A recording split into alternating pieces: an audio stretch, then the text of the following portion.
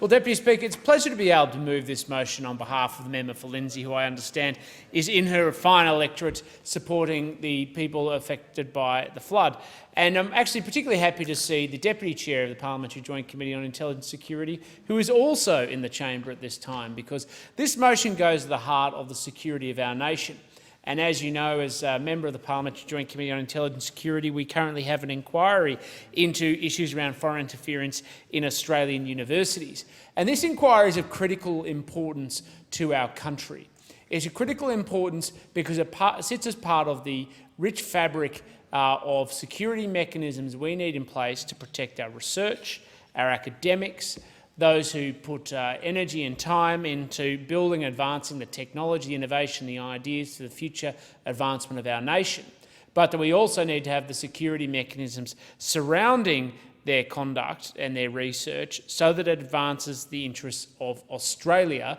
and can't be used as a backdoor vehicle to either seek to influence our country and or to be target of cyber attacks or other activities that put universities, our intellectual property and information at risk. And only last week on Friday, we had one of the many hearings of the PJCIS where we heard from universities directly about their initiatives and their efforts to address the attempts of foreign interference from foreign governments into their activities. And to be quite frank with you, Deputy Speaker, the response from the universities was mixed between those who have a substantial way to go in taking measures to protect their information, their intellectual property, and of course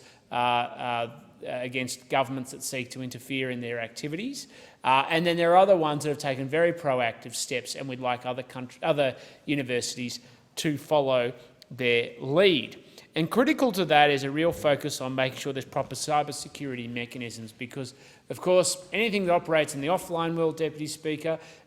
we need to make sure operates successfully in the online world. And that includes security mechanisms. We wouldn't leave precious records and data just available for anybody to walk in and open up without proper security and locks, and the same should be approached towards cybersecurity. That's why this government has invested $145.2 million since 2018-19 to strengthen cybersecurity in universities, because while they are not necessarily a weak spot in the link, they are one of the spots in the link, and we have to be focused not just on government departments, not just on intelligence and security agencies, not just on the AFP, but any institution that's established for the purpose of advancing Team Australia.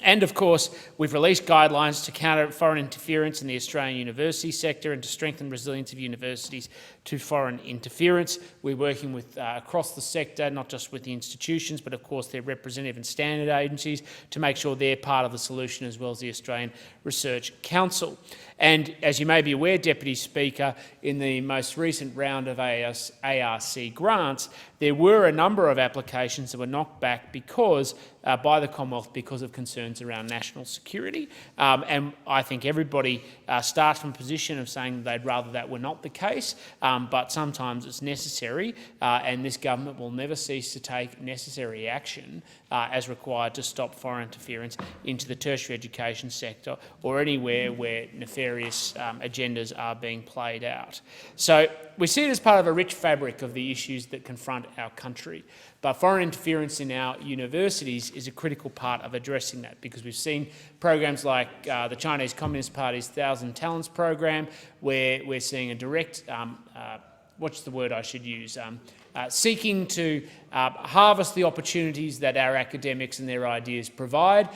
towards agendas and ends that may not necessarily be to seek the advancement of our country and for other purposes. And of course we know, Deputy Speaker, there are many countries that have sought to engage in espionage or the theft of intellectual property as part of their own industrial development or for their own military or defence purposes, or to advance their interests in foreign countries. Universities should not be the weak link in that sector, and the Morrison government is committed to making sure that universities are on the side of Team Australia. I thank the member for his comments.